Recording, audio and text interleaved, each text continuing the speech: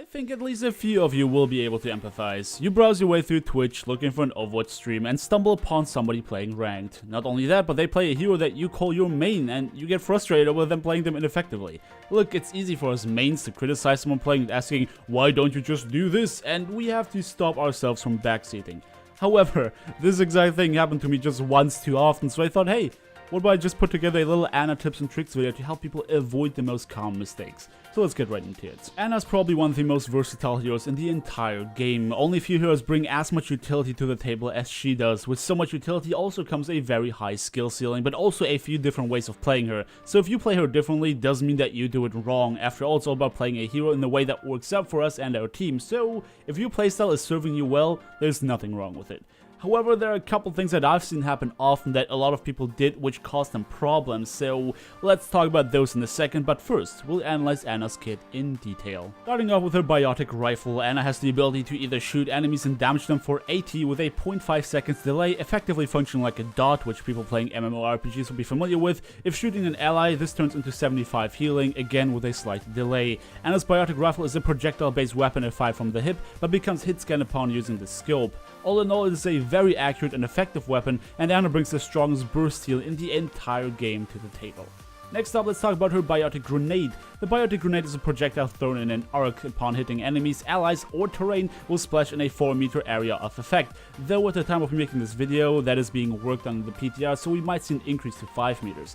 Any ally hit by the grenade will be healed for 100, and also increase the healing taken from any other source by 100%. Hitting an enemy causes any healing for them to be blocked for 5 seconds. The biotic grenade is on a 10 seconds cooldown. And we also get the sleeping dart. The sleeping dart is a linear projectile that does 5 damage to enemies and incapacitates them for 5.5 seconds. However, any damage taken will wake them up eventually. It is on a 12-second cooldown and commonly used to disrupt tanks and cancel enemy ultimates. And lastly, her ultimate, the Nano Boost. The Nano Boost is a target hit scan activation that will increase the friendly target's damage by 50%, reduce their damage taken by 50%, and increase their movement speed by 30%. This effect lasts 8 seconds. Alright, now let's talk about some of the more common problems Ana players have to face. A common problem Ana players deal with is probably landing her shots on targets they want to hit and teammates blocking her shots. In a solo queue environment, there isn't really anything we can do about that other than trying to work on our positioning. Positioning and awareness are definitely key for Ana, and you have to figure that out dynamically throughout the match yourself. I can't tell you to always be in the back or always be in the thick, as it strongly depends on which situation your team is in.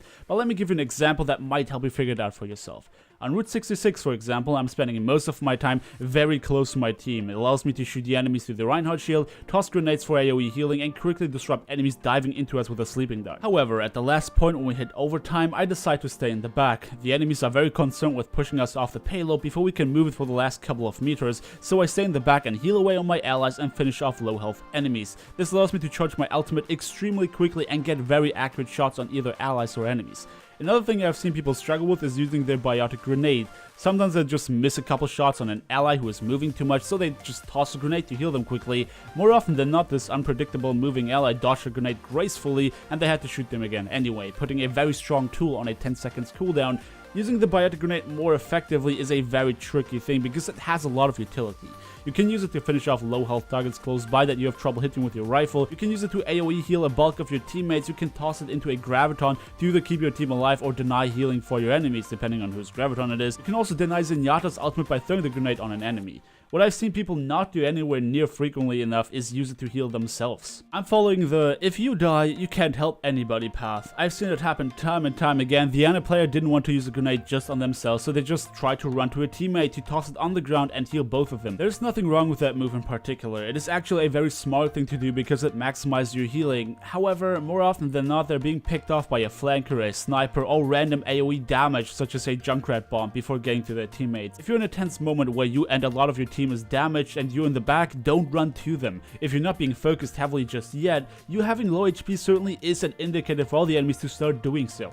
If you lost a good chunk of HP, toss your grenade on the ground immediately. Heal yourself up and be straight back at healing your teammates. Remember, Ana has the strongest burst heal in the entire game. You wasting time walking over there and possibly getting picked off before you get them is not exactly ideal. Another thing I've seen Ana players do is them gluing their eyes onto their teammates in general and their tanks in particular. The argument is, if I don't heal my teammates, I might as well play Widowmaker. But here's the thing. You have a second support in your team for a reason. I know that we solo queuers always try to not depend on our teammates, but focusing solely on healing takes away so much utility. The amount of times I saw an Ana try to desperately counter heal a friendly Roadhog who gets blasted by Pharah is ridiculous. What usually ended up happening was Roadhog dying, Ana being focused next, and said Ana players saying that somebody has to focus the Pharah. If in this scenario Roadhog dies even when you try to counter heal, why don't you avert your attention to shoot the Pharah? Ana's rifle is so incredibly accurate that shooting down Pharahs becomes almost hilariously easy. And even beyond the special scenario I just mentioned, again, you have a second support for a reason. A big chunk of Ana's utility comes not only down to burst healing, but also from damaging enemies when they don't expect it. You can pick off low health targets in the backline without even being in the backline since, well, you're a sniper. And here's where the problem is, right? It is trying to find the balance. And that's exactly what makes Ana playing effectively so difficult. You have to strike the perfect balance between DPSing and healing. The perfect balance between using your grenades selfishly, offensively, or defensively. That's the art of mastering Ana. And don't think that any video in the world will teach you to do this. All you can do is practice, practice, and practice more. The way we master characters in games is throwing ourselves out there and expose ourselves to a variety of situations. We subconsciously compare every single situation in every single match to all of the matches we played beforehand and make our decisions based on that.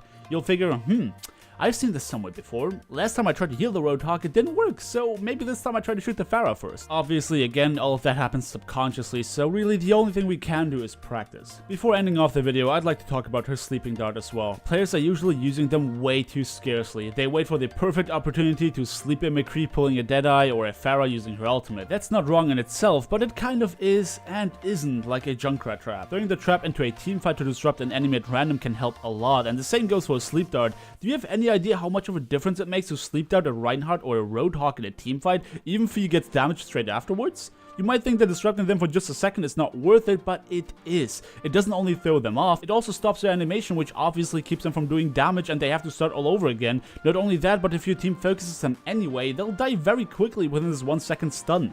What I'm trying to say is not to just carelessly shoot it around, but to not always wait for the perfect opportunity. Obviously, if you have enough game sense and you feel like an ultimate is gonna be coming your way very soon, you can use it to disrupt them. But if you don't even survive a Reinhardt diving into your team, you won't have to worry about the Deadeye either.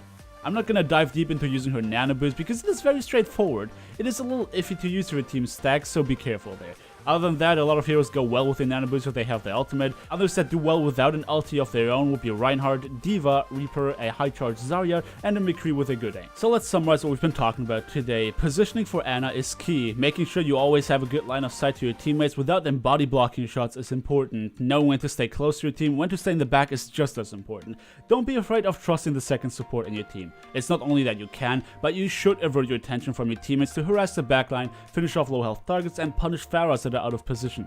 The art is obviously to balance well between healing and DPSing.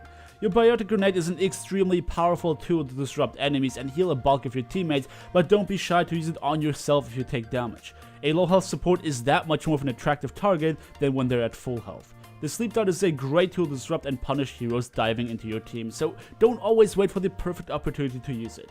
Also, please do not glue your eyes onto your tanks. Be ever aware of everything around you. And lastly, the only way you can become great with Ana is by playing her a lot. There's no tutorial in the world that'll teach you things like game sense or situational awareness and decision making, which Ana is all about. So just go out there and practice. But this is me done for the day, guys. Thank you all so much for watching. Do feel free to drop me a like on your rate if you enjoyed the video. Subscribe if you want to see more, and I hope to see you guys next time.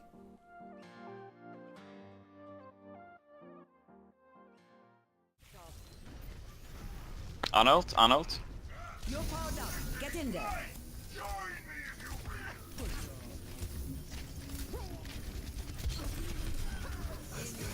Oh, fuck off.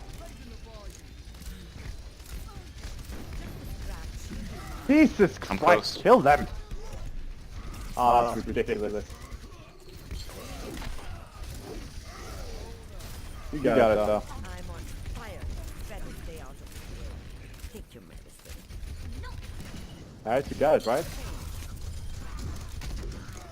Well, they got all these cheese heroes that make it a little bit difficult. Yeah, but we're killing them all over. What the fuck?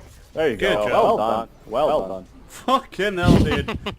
That was annoying. That was really weird.